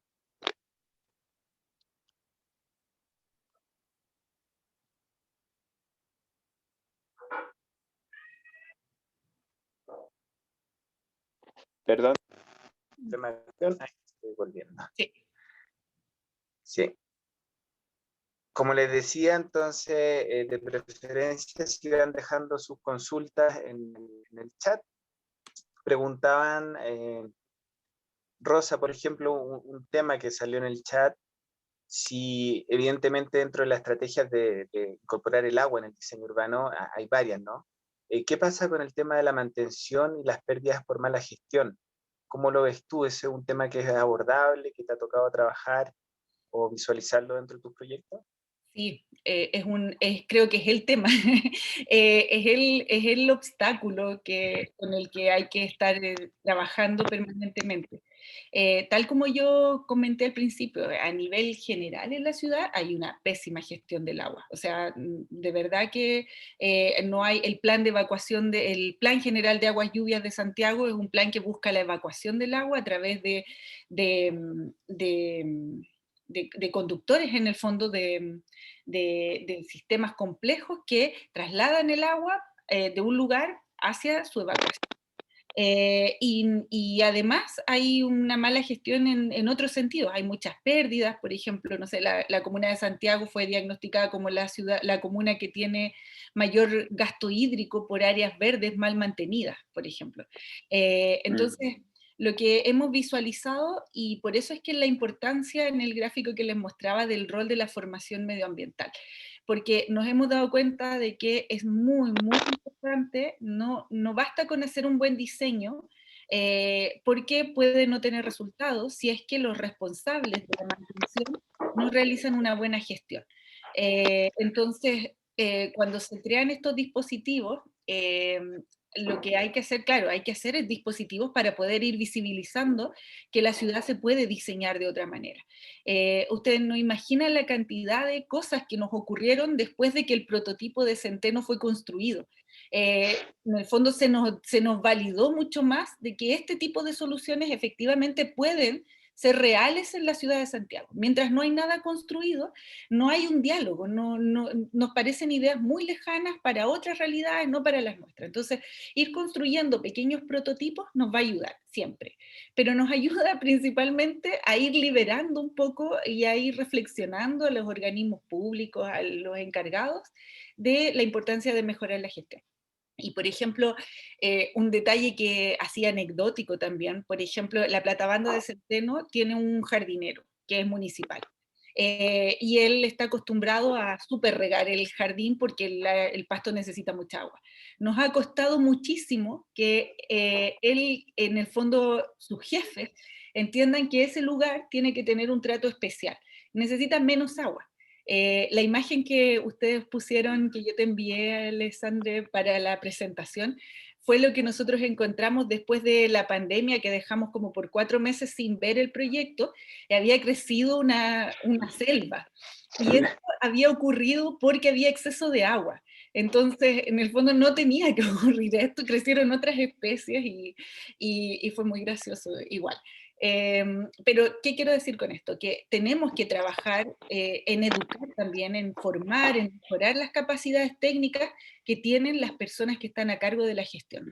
Y si esperamos que por sí solos lo hagan, no hay recursos para poder hacerlo. Eso es lo que puedo comentar con los temas de mantención.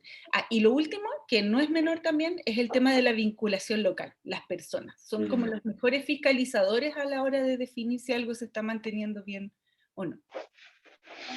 Perfecto. Gracias. Mientras van apareciendo algunas consultas por el chat, también le animo a que participantes a, por favor, aprovechar la instancia. Traslado la pregunta a Javier, en el caso del estudio que hiciste tú, ¿cómo se traduce eso en un aporte a la gestión municipal, digamos? ¿Qué aprendizaje se deja ahí para justamente los técnicos, aseo nato, que son digamos, el departamento que sí tiene que hacer cargo, digamos, de toda esta gestión del arbolado urbano público? Mm. Bueno, en su momento yo me reuní con personas del Departamento de Aseo y Ornato de la Municipalidad de Providencia, y claro, ahí el foco que ellos estaban teniendo era en hacer aumentar la plantación con especies nativas, que es como lo que se está llevando, por así decirlo, eh, considerando que las especies exóticas, bueno, si bien se plantaron harto en su momento, porque crecen rápido, o sea, íbamos a tener árboles con mayor copa, mayor sombra, más rápidamente que con especies nativas, pero a la vez son especies que son igual delicadas, como bien, porque no son de acá, pues son precisamente exóticas, entonces son propensas a algunas enfermedades y patógenos bien complicados que al final repercuten en un deterioro más rápido del árbol. Entonces, por lo general estamos teniendo árboles grandes, pero que en salud están súper mal. Y, y en temas de gestión, el aporte que se tiene con esta investigación es precisamente eso, decir que en el fondo el foco está en la salud y claramente la diversidad y la población con un par de especies nomás para toda la comuna no está surtiendo efecto en este sentido. Entonces, al menos la plantación con especies nativas podría ser una solución, pero claro, no habría que entrar en mayores análisis de cuál es el efecto en la temperatura ahora de las especies nativas. Recuerdo también que, como ligaba a lo que comentaba Rosa, es que en este momento cuando conversé con la persona de Aseo y Ornato, tenían la comuna dividida como en 3 sectores, o 4, si mal no recuerdo. Entonces regaban cada árbol, se pasaba, en un sector se iba regando el árbol, después pasaba a otro sector y al final se completaba todo el ciclo en una semana. Entonces cada árbol era regado una vez a la semana, con una cantidad de litros de agua pero exorbitante que yo quedé así para adentro, porque la verdad no lo encontré, o sea, con el nivel de escasez hídrica que estamos teniendo, destinar, bueno, claro, Providencia es una comuna que tiene plata, se sabe, pero aún así resulta, no sé, o sea, no se están destinando, no se está gestionando bien el tema del arbolado, porque nos está llevando a la realidad actual que es de escasez hídrica. Entonces, no, a mí es un tema que, claro, eh, ideas y proyectos como los que mostró Rosa, o sea, funcionarían súper bien. Igual, me acuerdo que por ahí en una pregunta parecía, ¿por qué no los arbustos? Bueno, en nuestro estudio se analizaron los árboles porque era lo que se había catastrado y en el fondo los arbustos también tienen otro rol, que si bien es vegetación y todo, pero no son comparables a los beneficios que genera el árbol en sí, porque el arbusto es más bajo, no te genera sombra, requiere igual riego, o sea, al final es como, es otra categoría que era mejor dejar fuera para enfocarnos y tener resultados más limpios, por así decirlo. Perfecto, gracias Javier. Ahí aprovecho de comentar, bueno, están diciendo aquí de Castro Morales que, bueno, ambas presentaciones muy interesantes y dan la relevancia, la importancia de la gobernanza municipal, ¿no? Y también, bueno, Jonás Figueroa nos comenta la importancia de las alamedas, perdón, hispánicas y americanas como expresión instrumental para resolver el tema de las inundaciones. Sin duda, entonces, bueno, el agua y el diseño urbano está relacionado con las soluciones basadas en la naturaleza. Siempre ha sido así, seguramente hemos estado en una especie de amnesia que espero ir recuperando, esperamos ir recuperando cada vez más, ¿no? Otra consulta en el caso, bueno, para terminar lo de Javier y de ahí le hago la consulta a Rosa. Claro, el estudio y lo que muestra Javiera tiene gran relevancia porque mejora la gestión municipal de aseo y ornato, que básicamente iban en una camioneta árbol por árbol, viéndole la salud del arbolado y el riego como ella lo describía. Tener una herramienta georreferenciada permite optimizar sin duda recursos y entender también la importancia de la salud del arbolado en los servicios ecosistémicos que está prestando, ¿no? En ese sentido, Rosa, claro, ustedes han trabajado con aguas lluvias, ¿no? No sé si en algún momento han preguntado o se han hecho la reflexión en relación a qué puede pasar en el futuro con las aguas grises, si se pueden integrar, por ejemplo, el uso de aguas grises de edificios o manzanas enteras dentro de la gestión hídrica de una zona, de un municipio o de una cuenca más pequeña dentro de una cuenca más grande como la del Valle Central, obviamente, pero si eso puede ser factible, si lo han estudiado, ¿cómo lo ven, cómo lo ves tú, Rosa? Sí, mira, nosotros no hemos centrado en el agua de lluvia porque es como una arista que está ahí muy urgente de resolver en el sentido de que no podemos seguir desperdiciándola porque es un agua que está limpia hasta que toca el suelo y a partir de tocar el suelo ya se contamina rápidamente. El tema del agua, de las aguas grises, hemos hecho propuestas así exploratorias, por ejemplo, cómo hacerse cargo del agua gris de un edificio para abastecer la plaza del mismo edificio, pero en términos de gobernanza nuevamente, que aquí es donde están todas las trabas y ahí es donde también los grandes desafíos, pero vemos positivamente porque hay cosas que están cambiando. Hay una ley que no, en zonas urbanas no se puede actualmente recuperar aguas grises, pero hay una ley que fue aprobada ya hace yo diría que unos 2 o 3 años más o menos, y lo que está esperando es su reglamento para su aplicación. Y a partir de, o sea, en el fondo ya se aprobó que se pueden utilizar aguas grises en la ciudad para el riego de áreas verdes, etcétera, pero necesita un reglamento y ese reglamento está dormido ahí, que mientras eso no ocurra, no se pueden de manera efectiva incorporar soluciones ahora en el corto plazo. Sin embargo, uno debiera ir pensando, y hay muchísimas opciones de reutilizar ciertas aguas de uso doméstico para fines de riego del espacio público. Sería súper interesante. Y ahí siempre como el alcance que nosotros hacemos es que hay que preocuparse de la depuración. Y ahí hay estrategias también que tienen que ver con soluciones basadas en la naturaleza. Creo que otra cosa que también hemos aprendido es el manejo de los volúmenes. ¿Por qué las soluciones que yo les estuve mostrando son efectivas desde la lógica de la solución basada en la naturaleza? Es porque son de muy pequeño tamaño. Entonces el impacto de hacer microintervenciones es mucho menor que si uno hace una gran intervención.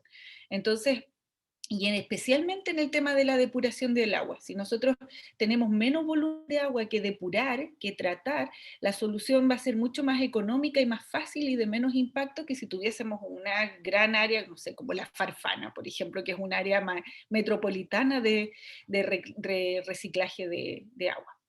Entonces, bueno, hay que avanzar, hay que pensar en soluciones. Y lo que iba a decir es que la fitodepuración, por ejemplo, ahí es una estrategia muy, muy interesante para una microescala que se podría ir explorando.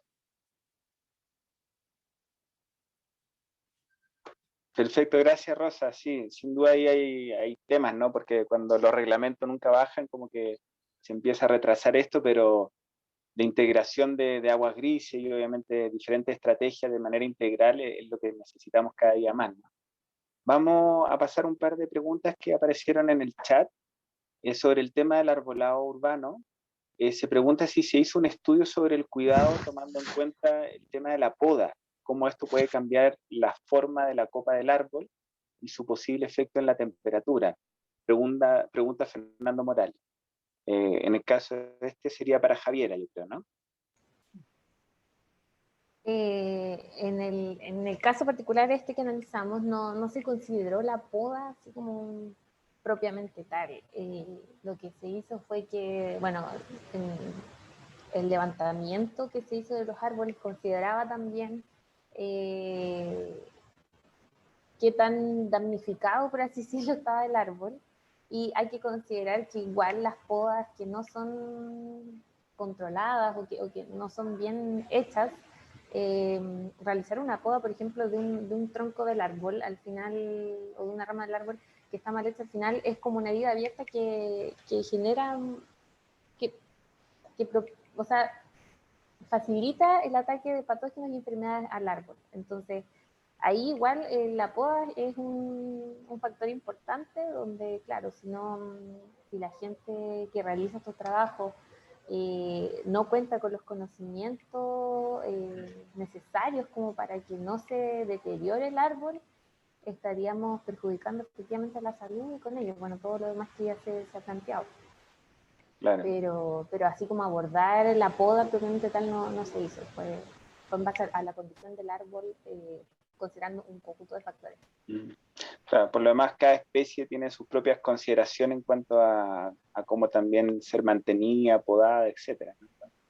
Claro. No es un tema fácil y se relaciona a lo que comentaba Rosa, de la necesidad de la capacitación o de la formación continua de los equipos técnicos y de mantención que están en las diferentes instancias. Obviamente ahí hay un tema bien relevante. Hay otra pregunta, que en este caso sería para ti, Rosa. Se quiere consultar, Johnny Torres, sobre la integración de los SUT en la nueva ley del arbolado urbano y la infraestructura verde, pronto a resolverse, sobre cómo se va a tratar el uso del agua en nuevas infraestructuras verdes, pensando en la progresiva escasez del agua en la región metropolitana. Saluda también, obviamente, Johnny Torres por la presentación. Sí, Johnny, recuerdo, dices que participaste y ya vi tu nombre y me acordé, como vecino en el proyecto. Así es que espero que haya sido consecuente lo que conté con lo que recuerdas. Sí, es un desafío y por eso es que yo quise hacer el guiño y mostrarles, por ejemplo, otras cualidades, como por ejemplo, primero comentar que la integración de infraestructura verde urbana, lo que va a hacer a largo plazo, claro, la implementación y aquí Javiera puede complementar, pero la implementación obviamente en una primera etapa de nuevas especies arbóreas tiene un primer momento que tiene un requerimiento hídrico más alto que cuando se consolidan después los espacios. Entonces, hay que hacer como esa inversión inicial para que después en el tiempo las dinámicas propias de la infraestructura verde puedan ir haciendo su parte. Entonces, eso considerarlo que en el fondo es un beneficio a largo plazo.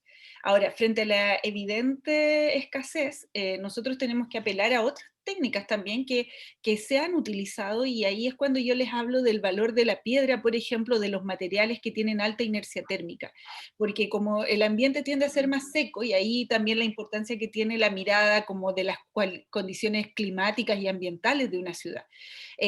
Si el ambiente se vuelve más seco, va a empezar a ocurrir que hay alta oscilación térmica. Eso significa que vamos a bajar mucho las temperaturas en la noche y las vamos a subir mucho en el día. Y esas diferencias de oscilación térmica tienen también una incidencia en la condensación del agua en la noche y en el día. Entonces, esas estrategias de microcaptación de la condensación del agua también son estrategias que en ambientes semiáridos se han utilizado, tal como dijo Jonás, desde tiempos prehispánicos, para poder mantener lugares con ciertos niveles de humedad. Entonces, por una parte eso, no solo pensar en esa agua que vemos, sino que también en esas microcaptaciones de agua que pueden prestar mucha utilidad en las ciudades, si es que la sabemos manejar bien. Por otra parte, el tema de la vegetación, o sea, ir adaptando nuestra vegetación, sacar de nuestro imaginario que un área verde es de color verde, esto también va a ir contribuyendo mucho, porque como hay tan mala gestión del agua, si la gestión del agua fuese mejor, podríamos tener un tiempo de nivelación para enfrentar esta adversidad de escenario que de aquí a 10 años probablemente va a estar muy malo en términos de escasez hídrica. Entonces, eso es un aspecto muy relevantes a considerar como escenarios posibles. Desafío para el diseño urbano, obviamente sí, investigar y investigar sobre el pasado, es como la premisa que yo siempre estoy usando. No hay que mirar tanto para aprender, hay que mirar mucho al pasado, ver cómo lo hacían otras sociedades que enfrentaron estos mismos problemas. Efectivamente, gracias Rosa. Una pregunta de Jonás hacia Javiera, que básicamente señala que el 90% de la vegetación es más bien caduca, ¿no? En la región metropolitana, según lo que comenta Jonás, digamos. Si eso fue considerado dentro del estudio en relación a algún posible desequilibrio entre vegetación caduca o perenne, ¿podría tener algún efecto eventualmente? Bueno, Javiera. sí, acá estoy. Sobre ese tema, la verdad es que no se consideró porque al final, si bien el periodo analizado es bastante amplio, por la disponibilidad de imágenes que teníamos, terminaron siendo finalmente 6, que todas corresponden a época de verano, sí, diciembre, enero, marzo más tardar. Entonces, mucha presencia de árboles sin hojas no habría. En el fondo, o sea, estaban todos medidos bajo la misma condición en cuanto a la hoja caduca o perenne, por así decirlo. Y por lo tanto, claro, ahí sería quizás relevante analizar qué es lo que pasa en invierno con estos árboles y cuál es el efecto que tienen en la temperatura. Y a la vez también qué pasa con las enfermedades, porque las enfermedades también suelen aparecer en las épocas más cálidas del año, entonces si tienen una enfermedad en invierno, digamos, detecta un árbol que está enfermo, es porque muy probablemente esa enfermedad llegó en el verano reciente. Lo mismo pasó con el riego, que ahí no lo mencioné, pero claro, como, bueno, recién dije que se regaban los árboles, toda la semana, al menos una vez a la semana. En este caso tampoco fue considerado porque el periodo de riego de los árboles abarcaba el mismo periodo que al final obtuvimos de la imagen. Entonces no daba para analizar como una condición con riego y condición sin riego, porque estaba todo dentro del mismo periodo de riego. Claro. Claro, sin duda una profundización sería ampliar en un futuro el estudio en un tiempo mayor, digamos, ¿no? Que te permita recoger todas las estaciones, pero obviamente el criterio de elegir en épocas más de calor era porque los efectos, evidentemente, de la enfermedad y de la afectación biótica es más presente en esos periodos, digamos. Entonces ese fue el criterio de elección, digamos. Así que gracias, Javiera. Rosa, también preguntan en relación al proyecto. Pregunta Ángela García en relación al proyecto del Sendero Vergara. Le llama la atención la profundidad de 3 metros del drenaje para la concentración de agua. Si pudiera explicar un poco a qué se debe esto o cuál es la solución técnica.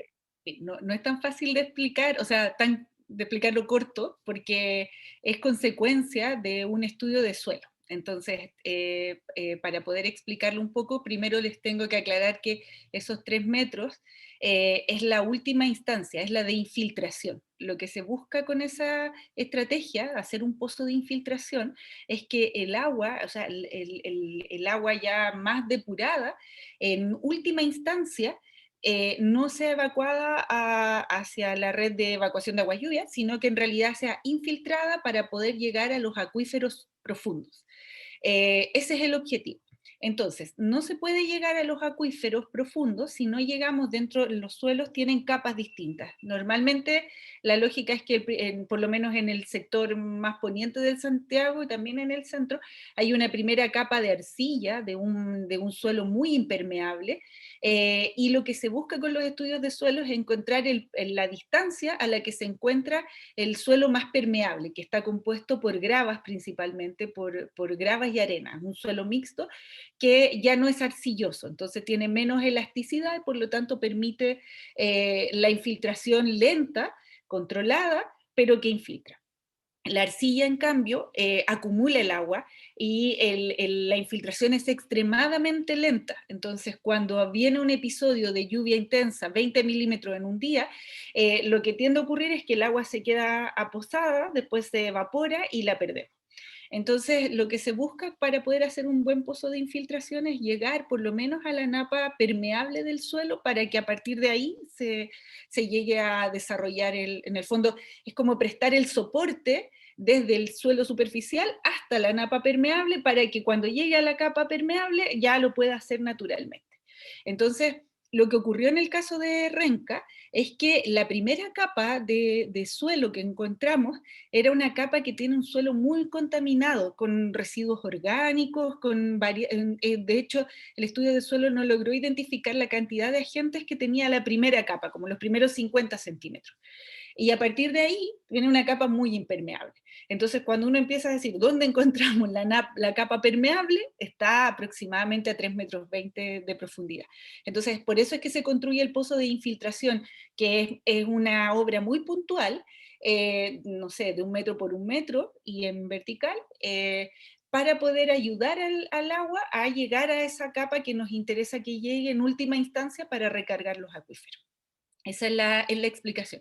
Pero no es la única solución, porque antes hay otras que son más de captación, de acumulación, de distribución, que van un poco guiando el agua para llegar a ese punto más bajo que es la infiltración. No sé si quedó claro la explicación. Sí, pues yo creo que ilustra bastante bien y también la importancia de pasar a las soluciones técnicas, ¿no? Y cuando ya pasamos del diseño del proyecto, y sobre todo cuando estamos en pregrado, todavía estamos a veces en el render, llegar realmente a entender y comprender desde diferentes disciplinas cómo diseñamos desde el diseño urbano soluciones, en este caso con el agua, las áreas verdes, de manera que permitan tener un servicio ecosistémico real, ¿no? Alessandra, eso que dices es interesante porque nosotros acostumbramos a trabajar los proyectos en el marco de la UTEM con estudiantes en prácticas de arquitectura. Y ese proyecto no consideraba inicialmente un pozo de infiltración porque creíamos que íbamos a tener otras condiciones de suelo y queríamos hacer una obra más pequeña. Pero finalmente el estudio de suelo hace imposible, una obra más pequeña sería inviable, no funcionaría en el tiempo. Entonces tuvimos que hacer un cambio en el diseño a partir de esa limitante técnica que surgió después de los estudios de suelo. Claro. No, y eso sobre todo la trascendencia es poder detectarlo con anterioridad, ¿no? Porque finalmente y habla de una mirada final que tenemos cuando planteamos un proyecto de manera más transversal e integrada con las disciplinas, digamos, que van dialogando, ¿no? Y eso permite justamente tener esos resultados que a la larga van a perdurar más. Así que, no, me parece bien interesante ahí, Rosa. Gracias ahí por esa exposición. También Jonás le felicita a Rosa y obviamente muy interesante toda esta propuesta, llevarla a los barrios santiaguinos, menciona, que tuvieron agua y que hoy básicamente viven una crisis hídrica, digamos, de sequedad, digamos. Y las quebradas del desierto también, ahí habla sobre la importancia de eso. Mis investigaciones previas, Jonás. Muchas gracias Sí. por tu comentario. Así que bueno, por ahora no tenemos más consultas, digamos, en el chat. Creo que ha sido tremendamente ilustrativo. Vamos a ir cerrando la sesión, el conversatorio. Creo que un privilegio haberla tenido a las dos, digamos, tanto a Javiera como a Rosa. Ambas nos dan una mirada bien acuciosa, técnica en algunos casos, pero que sin duda nos permite entender que como diseñadores y como arquitectos, siempre y cada vez más relevante la necesidad de dialogar con diferentes disciplinas y darse los tiempos, ¿no? De generar un diagnóstico, procesos de diseño, de codiseño, para llegar finalmente a una materialización que pueda perdurar en el tiempo con las mejores posibilidades, las mejores soluciones posibles, ¿no? Un cambio de mirada, como planteaba Rosa en su momento, donde tenemos de alguna manera que actualizarnos nuestra manera de formarnos como arquitectos y los que ya estamos deformados, volver a formarnos un poquitito nuevamente desde otras perspectivas, ¿no? Así que eso, no sé si Carlos, ¿quieres comentar alguna última cosa? Como... Mira, no solamente agradecer las presentaciones de Javiera y de Rosa, que evidentemente son muy ilustrativas de dos situaciones que eventualmente no son, como bien tú señalabas, muy consideradas por nuestros equipos profesionales, sino la miramos de la perspectiva de la interdisciplina. De hecho, nosotros, bueno, estábamos haciendo más acento en la interdisciplina de la perspectiva de la sensorialidad respecto a un poco la percepción que tienen del uso del espacio público las personas, pero esto es súper relevante a partir de también de que esto se produce de las cosas físicas que hay en el espacio público, y que justamente el tema, por una parte, de lo que significa la vegetación en la ciudad, en relación a las islas de calor y todo lo que significa el recambio de aire, y lo que significa también la captación de agua o la utilización de los recursos de la mejor manera posible, dada la escasez hídrica que nos afecta particularmente a la zona central del país. Entonces, bueno, aquí yo creo que hay muchas cosas que se pueden hacer, y esta yo las traduzco porque siempre he trabajado en temas de políticas públicas que se pueden ya ir canalizando a temas normativos, digamos, que tienen que estar en la Ordenanza General de Urbanismo y Construcciones. Por ejemplo, lo que hace Rosa es súper interesante respecto a cómo pensar en la utilización de las aguas grises, y yo creo que sería exigible, por ejemplo, en los conjuntos residenciales, que cuando contemplan áreas verdes o jardines de cierta envergadura, deberían contemplar una dualidad de sistemas de extracción de aguas negras y aguas grises, y las aguas grises deberían ser tratadas y vinculadas a las aguas lluvias para poder abastecerse de agua para regar esos espacios que estarían generando, digamos, que generar el beneficio a la ciudad, por supuesto, por el área verde, pero que además no sean una carga al sistema hídrico. Por ejemplo, es una idea que se me ocurrió más o menos pensando en el momento de cómo canalizarlo en términos de normativa. Y lo mismo que en el caso de Javiera, digamos, el tema de la vegetación. Bueno, yo he visto y lo uso bastante una guía que diseñó la CONAF de árboles urbanos, digamos, donde plantea árboles de hoja caduca, hoja perenne, y también los exóticos, digamos, aparte de los endémicos, ¿ya? Yo creo que también ahí es súper interesante ver qué es lo que de eso es más útil o menos útil, porque tiene una mirada también un poco bien lineal respecto a las cosas que ocurren, y yo creo que ustedes están dando una mirada bien interesante respecto a cómo esto canalizarlo y llevarlo a una perspectiva que es integradora de mejorar la calidad de vida de las personas. Así que Rosa y Javiera, muchas gracias por levantarnos esta mirada, digamos, respecto a cómo podemos hacer una mejor ciudad para que todos vivamos bien. Gracias. Gracias, pues entonces agradecer a la Escuela de Arquitectura de la Universidad de Santiago que dio la oportunidad de este formato de aula abierta, digamos, que creo que es bien interesante. Hoy día nos acompañaron 50 asistentes, así que genial poder difundir de esta manera iniciativa y la experiencia obviamente de Rosa Chandía Jauri y Javiera Chinchilla, que le agradecemos nuevamente por la disponibilidad y estos tremendos temas que creo que son sin duda cada vez más necesario que lo abordemos por lo menos desde la arquitectura y la disciplina, ¿no? Así que gracias Rosa, gracias Javiera, Carlos y a todos los participantes, Jonás. Y nada, si quieren decir alguna palabra al cierre, si no ya vamos a ir cerrando la transmisión. No, yo agradecer más que nada la invitación de Alex y feliz también de compartir estos conocimientos que bueno, se tradujeron en una publicación y todo, pero explicarlo así de esta forma es mucho más entendible que ir a la publicación directa por el contenido técnico que tiene, así que espero igual les haya servido en su formación y en sus quehaceres de la arquitectura. Y eso, muchas gracias. Sí, en mi caso igual, muchas gracias por invitarme. A mí me gusta mucho cuando podemos mostrar un poco estas nuevas ideas que tenemos, que en un principio fueron como muy revolucionarias, cuestionadas incluso desde el quehacer de la arquitectura, y hoy en día vemos cómo se han ido posicionando y hay interés por todos lados de estos temas. Entonces, súper bien. Muchas gracias por invitarme y por la asistencia también, por escucharnos. Y gracias, Javiera, también por tu presentación. Me gustó mucho. Sí, agrego lo mismo de Rosa, muy, muy novedoso y también genial los proyectos que han presentado. Felicitaciones, Rosa.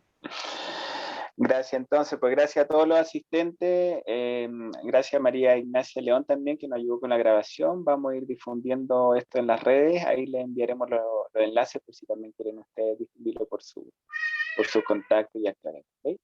Así que un saludo grande y ojalá nos veamos en alguna otra instancia para seguir profundizando en estos temas tan necesarios. Vale. Bien. Muchas gracias. Chao, gracias. Chao, chao.